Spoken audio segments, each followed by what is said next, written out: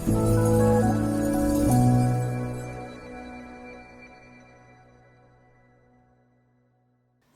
my name is Mr. Cad, and you're welcome to Dizenkoplus TV. So today, I'm here with an entrepreneur.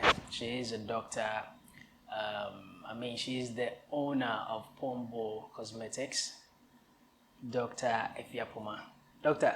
Hey, boss. You're welcome to Dizenkoplus TV. Thank you so much. So before anything, I might say you're looking beautiful. Oh, I'm blushing. I'm blushing. Thank you. Okay, so can you tell us a little bit about yourself? This question is a very difficult question.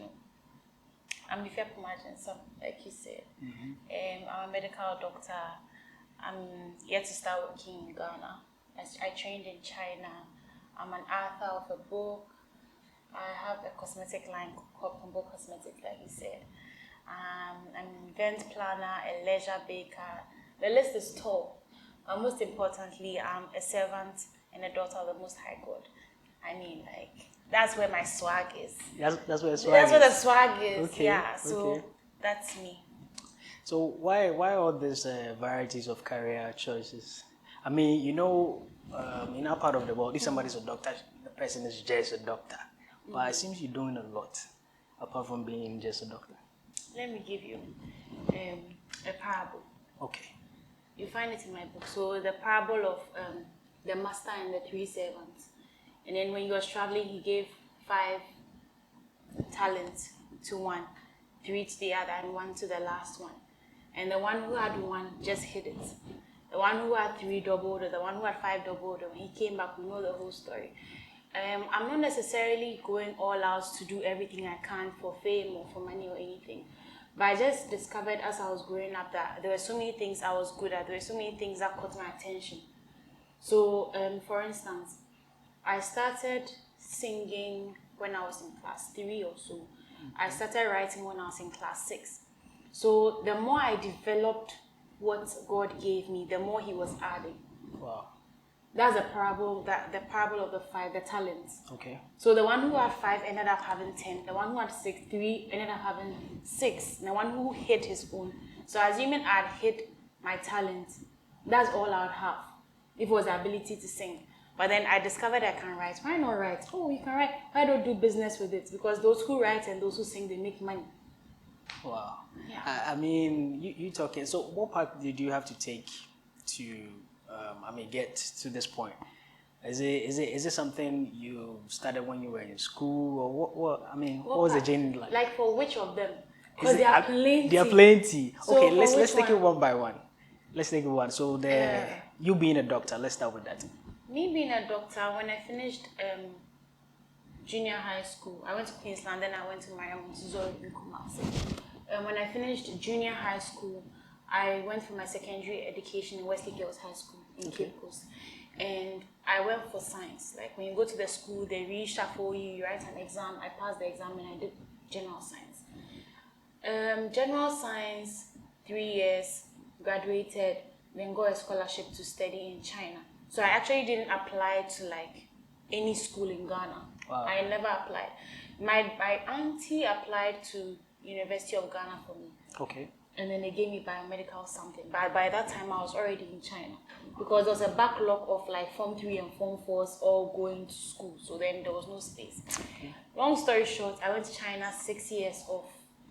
6 years? 6 years. Okay. So 1 year language. So I speak very good Mandarin. Wow. Yeah, my Chinese name is Zhou Fang. Zhou Fang. What do you say? Zhou Fang. What does that mean? It means a sweet smelling fragrance. Wow. Yeah, that's what my teacher named me. That's what your teacher named you? Yeah. You have to be really smart. Really? Extra smart. So Zhou Fang, and then so I studied Chinese for 1 year. So that's also part of what I have. I can interpret, translate Chinese. Wow. And then medical school 5 years, came to Ghana and took 1 year off to study for my licential exam. Okay. And then I'm graduating next week. Next week? To be a licensed doctor in Ghana. Hey, congratulations. Thank you. So how are you able to balance, your life, being an entrepreneur, being a doctor? You're going to become a doctor. So how do you balance it? So, okay. It takes me back to high school. Okay.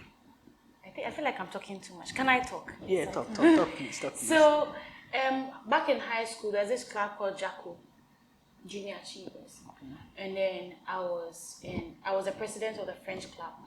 And the way Wesley girls is, you have no choice than to take up responsibility. Like that's how the school is by nature. So I had to juggle all these activities and still excel in class because I mean, you're not a gay girl if you're not smart. It doesn't make sense. So I picked up those things, and when I went to China, vacations, when I come back home, instead of me sending like food stuff like everybody does, I send wigs, like 3 suitcases of wigs. Why? Because the Africans in China, they don't have like ultra to be braiding. Okay. So like I always find an opportunity to be the help someone needs. Then that's how I make money. Wow. So if I realize that there's no hair in China, why not sell hair? I'm like, this is so obvious. Why is nobody doing it? Like, why not sell hair? Start carrying food. Why don't you sell?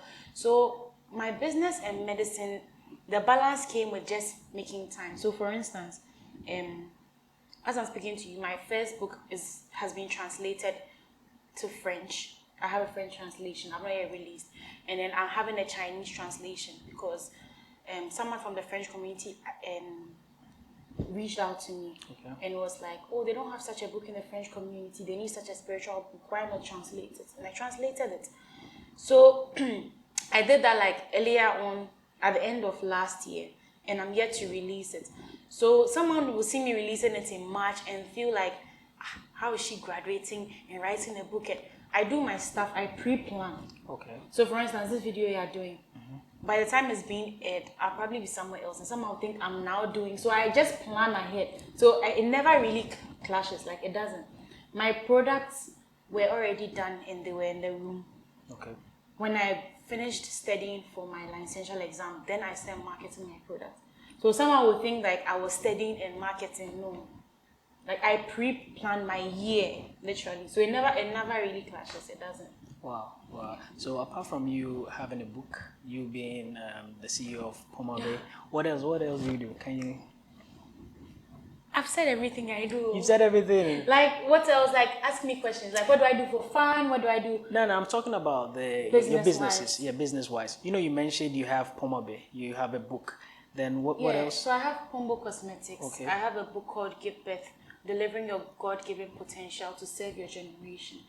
And then I have Share Hydrate. So I think I even gave you guys some of the... Yeah, I think I have mine here. Here. So I made this... So that's what I'm saying. I look for opportunity because I made this during COVID and I've not made it again. Like as soon as COVID hit Ghana, the Holy Spirit gave me an idea. Why don't I sell sanitizers? Because COVID had hit China when I was in China. Okay. So I'm like, COVID is not yet in Ghana. Why don't I make sanitizers? And I made sanitizers. So by the time COVID hits Ghana, my sanitizers were already in Ghana. So that's Share Hydrate. We do lip balms. And then I had Pōmbeäu's wardrobe, which was like when I started medical school. I no longer really ran it, but then it's like African prints incorporated with like Western outfits. And I realized that everybody's doing the same thing, so the idea was no longer unique. Okay. Yeah, then I sing. I've written a couple of songs I've not yet produced. You sing too? Yes. If there's a producer out there for me. But I sing. I'm a YouTuber. I used to, cook. I had a cooking channel, like making pancakes, and my highest views was my fried rice. I think apparently it's very nice. Wow. So I'm a YouTuber, and then I plan events. I plan people's weddings for them as and when I can. Okay. And then I bake. So before I wasn't selling my cakes in school, but I got to a point where everybody was asking for my cake, especially the red velvet cake. So I just started selling cakes as well, as and when. So doing all these things, can you mention like a few hobbies of yours? My hobbies? Define hobbies. Like what I do in my spare time. Yes, your spare time. Like your spare time, what do you do? You'll be amazed. I think. Still doing business? You think? You think? Oh, okay. I think. Wow. That's what I do. That's how I ask you, like, define hobby. I think, I create, I imagine. Because I feel like, if you read my book, I feel like your imaginations are what you eventually bring out. Okay. So I'm there and then I'm thinking. I mean, if you guys were supposed to leave me here and go out and eat, I won't be on my phone. I'll be thinking, I'll be writing, I'll be strategizing. So as soon as I hit the floor running, I'm moving. Like, I'm not now coming to calculate my steps. That's amazing. I think this is the first time I'm hearing somebody say that on your spare time you just think. Yeah. Wow. Not like I have. So imagine if you have an emotional problem. Yeah. What do you do in your spare time? You think? Exactly. So to me, everything around me is very essential to me. So I think. I mean, my parents have told me I overthink. It's a very big issue in the house, but I think I walk. Let me not just make it. I walk. What I do to make me feel at ease is cook. You cook? Yeah. Okay, so what's your favorite meal to cook? Yeah.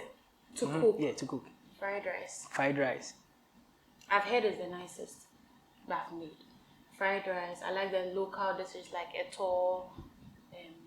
Not the palavaso, not the one that they do. They are boom. The boom one, Yes, the local one. The local you love one. the local one. Oh. With the Kobe and the eggs and everything. I mean, Okay. So you mentioned school. So what were some of the favorite times? I mean, a point in school you would always remember. Like, you give me yours. I should give you mine. Yes. Give me an example. Then let me see how. You can't just be the host and I don't know what I'm talking about. Okay, so to me, like the best time in school was meeting some particular people that I still work with, that I'm still friends with. You understand? I mean, about. So you're saying best time. You're not talking about experiences here. You're talking about like benefits. Nah, yours was experience. I can't really remember. My most memorable. I remember we used to have sports club. Okay. We used to have sports club in Queensland, and it was Saturday morning. There's not all the time that my dad would let me go. Okay. And I grew up being a tomboy. Like, you can ask anybody, doing makeup is work for me. So people don't even believe I own a cosmetic brand. Like, it's work. So I'll go, and then I used to there was this latest Reebok that had come, 2007 Reebok. Different colors. I was sports, and I'll wear my Reebok, and I'll go for a sports club. And then we used to play basketball, because I used to play basketball. Then we'll go after sports club, we'll sit down. I won't be sitting down with the ladies, so I'll be sitting with the guys. Then, where there's a bench there, then you open your legs, and we go and buy watch it, then we eat. I'll eat the watch with the guys. Then we'll finish. Instead of me calling someone to come and pick me home, I'll walk with the guys all the way back home. Wow. And I mean, it was fun because I got to understand the male gender more. And I had friends who understood me, like lady friends who understood me. And then there are people I still talk to, they are essential people in my life. Yeah. So are you a sports fan? Because you mentioned. Oh, I am. Don't ask me my team. What's your favorite sport? My favorite sport that I like to play or I like to watch. You like to play. Let's say you like to play. I like basketball. Basketball? Yes. So what's your favorite I'm team? a Lakers. Naturally. Because my favorite color is purple and yellow. And then I'm like Lakers. But I don't follow them anymore. Why? I don't know. I just grew up out of it. I watch football now. You watch football. So what's your favorite team? Let me tell you the team I hate. Okay. Manchester United. Oh. That I hate. Why? Why do you hate Manchester? Like, for no particular reason. Man U fans are too noisy for my liking. I'm a Chelsea fan. You're a Chelsea proud, fan? Yes. Okay. Very, very proud Chelsea. It's Chelsea, then Real Madrid, then Arsenal. I don't even know why I support Arsenal. Okay, so any regrets so far? Regrets about? Business, school, life. There's nothing like that to me. There's nothing like that? It's like, my only regret ever would be not knowing God as early as I want to. Because knowing God is the sweetest thing on earth. So it hurts that, not it hurts, but it was in His own timing. But had I known God's plans for me earlier, had I sought Him in the secret place, let me tell you something. Okay. I didn't understand how. I told someone this recently. I didn't understand how I was in, was it junior high? When the WhatsApp come? When JHS, I don't even know if I'm a meter, asking. When JHS or so, and I hear that the owner of WhatsApp is 13 years old. That day I cried. You cried? Why? Oh no, Tiaboche, he's made an app. I'm still in Ghana here. I'm older than him by 3 years. I think that time I was 16 or so. And he's created an app and making millions out of it. And I'm even here using WhatsApp for Mark Zuckerberg to go and buy WhatsApp. And I'm sitting in Ghana here. Please, 16. I've not even constructed. So you cried because of I that? cried because I felt like I failed. Like, I don't understand why I wasn't a millionaire at 19 or 21. Like, because in the US it's so easy, it's so common, but we don't have the same mindset in this country. Like, if someone is successful at my age or at a younger age, Sakala yeah. Oh, she sleeps with men. Oh, it's her boyfriend that got her the phone. He said, hey, your wig is your boyfriend. So I mean, we don't give ourselves the chance to grow. Like, the entrepreneurial mindset is not there. People like, I know a child who is about 8 years old, has written about 5 books, 8. Written books about like her path growing up. So if she learns how to say ABC, she writes it, her parents would sponsor her. And then she's 8, she has money.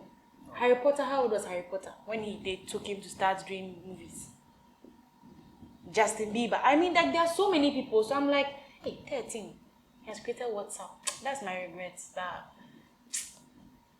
I didn't know God early. I didn't start business early. You didn't start business? Yeah, I didn't start business Okay, early. but being an entrepreneur yourself, what do you think, you know, in a part of the world, it's quite different. It's very difficult to be an entrepreneur. Because your parents would like you to go to school. The traditional route, yeah. Do you get it? But, so what advice would you give to like parents out there, you know, who have kids, who want to pursue something different from, you know, the normal way we do things? The last time I had an interview at Sunny FM, I said this, and I'll say the same thing here. The first thing I said was that they should buy my book. They, the parents, they should buy the book about giving birth. And the second thing is that you brought your child into the world, but he's God's child. He or she is God's child. The best you can do as a parent is to seek counsel from God of your child's destiny, because you're just there to guide. How do you feel if, as a parent, you lead your child astray from his or her potentials, and they realize that when they are 50 years old, they've wasted their life? I have a friend who went to Wesley Girls with me, studied in S5 together, and she finished and she started selling wigs. She's a millionaire. Stop. Wigs? Wigs. She finished university. She's not going to use the science for anything. And she's making a lot of money. Another person too became a tailor. She's in the UK. She was engaged. She went to the UK. She's a tailor. Like, she's a seamstress now, fashion designer. So, I mean, you can't determine your child's path. Okay. You can only guide. And in your guidance, do not limit, because you are not the giver of life. Neither are you the giver of talent. Wow. Yeah. Wow. And you mentioned UK. I think I read something yesterday. It says there are more Ghanaian doctors. Oh, this issue. In UK. I spoke about it today. Than in Ghana. And I was like, and I won't even let you finish. As I'm here, there are over 700. Yeah, the reason I'm not working is not because of anything. They said there's no space. There's no space in Ghana. In the hospital. So where do you want us? We'll go to the UK. It seems like they need us. Wow. There is no space. How? But I learned, I mean, there were new hospitals there's and... no space. This question is like, you want me to become a political issue? No. I don't want to involve my... They said that there's no space. There is no space. So as a thing here, there are doctors sitting at home. There's no space. Wow. So if you see in the newspaper that doctors are going, what a point, someone was like, hey, you cry, I bring Moko UK, Monko. I see you console. It's like, Ghana, you don't want... You know, the problem is... a lot of, in Ghana, University of Ghana takes about 150 marks a year into medical school. Then University of Cape Coast, UCC, you get it. Then there's this other school, KNUST. So in a year, they can get about 300. But from my time, a lot of people went to Ukraine, Russia, Cuba, China to study. So now there's an influx of doctors because we are all coming back home. Okay. So my batch of doctors were over 3,000, and that's just my batch. That were in China. So 3,000. 3,000. So how much more overseas? So overseas, my batch doctors can be like 7,000 to 10,000. Okay. Assuming we are all coming to Ghana, where are we going to fit? Because Ghana's university has catered for about 300 to 500 doctors a year. Do you understand? Because the medical schools in Ghana only take a couple of hundreds. Okay. So that means if you pass out, they'll have just a few a year and then they can cater for them. But then because we are all coming back, there's no space. So we can't rewrite a licential exam, we pass, and now we have to be put in the same facilities as our fellow doctors who graduated from Ghana. But if they say there is no space, I don't understand. Is it that there are no facilities, or is it that... No. So the facilities are choked. How do I put it? There are junior doctors, there are senior doctors, there are medical officers. The list goes high. So there's protocol. Okay. You get it. And the ones at the top, they are not yet at pension stage. That's one. Two, if all of us, if I'm a junior doctor and then we are so many, we won't have enough seniors to teach us, because I always say that medicine is an apprenticeship. Okay. So the more you study, like the more you look at something, the more you get used to it, because what you study in the classroom is different from when you have a patient in front of you. So first of all, the finances in the country is not the best. I mean, imagine doctors alone taking over $1.2 billion in salaries. Then nurses will come. Then other like health workers, other government workers. So it's not just it being about no space or facilities, but then it's also about finances. Wow. So what do you think the government or Ghana? I don't want to make this political. You have already made it political. You say I come to interview about me. Then all of a sudden it's political. No, we want to understand, because you're coming from, you're a doctor. So you can give us the ins and outs. Do you get it? So I want to know, what do you think the government or Ghana can do to help, this issue with doctors not having spaces and stuff? I could suggest something, but it will take a while for you to see it come to life. And what is that? It's governance. I always say governance is the most difficult thing. If I was supposed to be a president right now, trust me, I wouldn't do anything different. Why? It's difficult. Managing, even being a manager of 4 people is difficult in the whole nation. So I could easily say, they should build more hospitals. I mean, I'll be lying, because there are other important things that the government has to focus on. People are crying for roads. People are crying for safety, water, and sanitation. People are crying for hospitals and facilities. Hospitals and facilities, the contractors you get to, they will lie, in the sense where they will take more money than they are supposed to. They will take long before they build. Another government will come. There's no fixed structure in our country. That's what I think. There's no fixed structure in our country that has gazetted education, that has gazetted national health insurance. These are things that are not supposed to be manipulated and handled by political parties that come in succession. No. There should be a standard. Okay, this is what we do for the next 20 years, for the next 30 years. This is how we want our health system to be. This is how we want our education system to be. So no matter the government coming in every 4 years, there's a standard. You can't come and change it. So there's nothing I can say that will work. Nothing. There's no space because myself, if you tell me I should go to Upper East region to go and work, I won't go. So maybe there's space there, but there's no space in Accra because everybody wants to work in Accra. So you can't blame the government. Yeah. No, it's true. Because if you're a doctor and then you go to the north, they give you a house and then they give you free accommodation, a car, everything. They give you incentives so that you want to go and work there. Okay. But how many of us will go and work there? All of us have our businesses here. We have our fiancé, fiancé, whatever here. Then you say you have fiancé in Accra. Then you say that, because they'll give me free house and free newborns. Then don't forget, women get pregnant. Mm-hmm. I'm a doctor. If I get married today, my husband will want us to have a child. That slows me down. Okay, yeah. Do you understand? Yeah. So the healthcare system and what there being space and not being space is a very tricky issue. Okay. It just sucks that you would have to stay home for long. But if anybody is in my shoes, the only thing I advise is that you go get a hospital to go to in the meantime. Okay. So that you sharpen a few things. And they always say, you guys are putting me on the spot, But they always say you can't just do medicine alone and be successful. I'm just saying, they say. Okay. So if you have a business venture you want to go in, why not? Like instead of sitting at home and waiting to be posted, whether you're a nurse, whether you finished a business course or electrical engineering or whatever, I'm just talking to you guys. If you're at home and you're not doing anything, just pick up where you're best at and see how you can make the best out of it. People don't do much, you know. They are just good at coding, software coding, or they're just good at taking good pictures. They'll sit down one day, do everything, and then have an online class. That's it. They're making money. Yeah. I was there during COVID. Someone had the guts to take some of my products and then go and use it to teach that she is the one who helped me. You know how much I was charging for the class? No. 100 CDs. 100 CDs. And 50 people on the class. So how many? Wow, that's so expensive. It's not expensive. 100 CDs. No, she was teaching people how to buy stuff from China. How to buy stuff from China? Yes. Oh, okay. And then the payment route. And it was COVID and everybody was looking for money. And it was a WhatsApp platform. Wow. That's how to think. So when I say in my free time, I think, that's what I mean.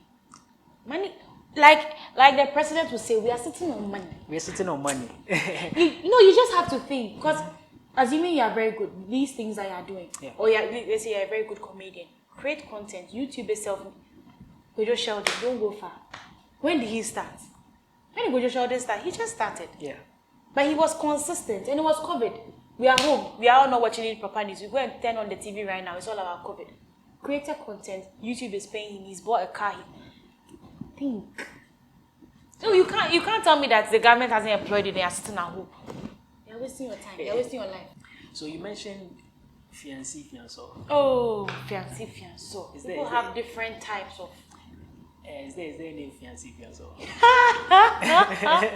You didn't tell me I come to ask this question. Or is there any fiancé? For now, unfortunately, no. So you're still on the market, right? I'm still on the market. Highly unavailable. I'm not seeing anyone at the moment. I'm just focusing on myself. I mean, go to place the channel. Why not? Okay. People are intimidated by people like me, unfortunately. Why? Is it because of you being a doctor? Or? Because I'm a doctor. And then you do business too. And you mention our own body. And you say no, I hope everybody can speak to you. You don't know how to speak to you, go and translate. In a way, they're all trying to cry now in your time in your Diana, Mammy, honestly, that's the disadvantage of being a female entrepreneur who is ambitious. Okay. So, what is next for Afia Pomaa? Let's see. My life is an open book, unfortunately. Yeah, unfortunately.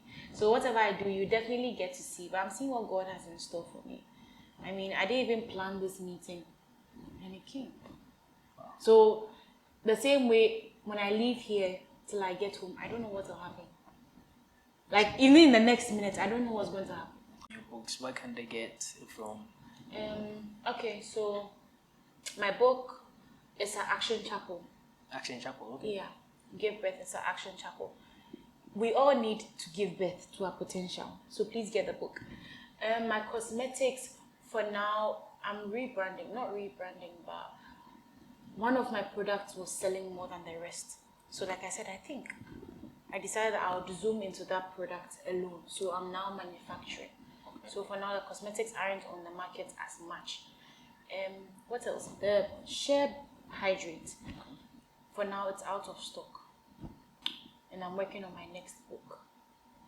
So if you need my book, if you can't go to Action Chapel, when you go, my Instagram handle is Dr. Pomaa, Dr._Pomaa.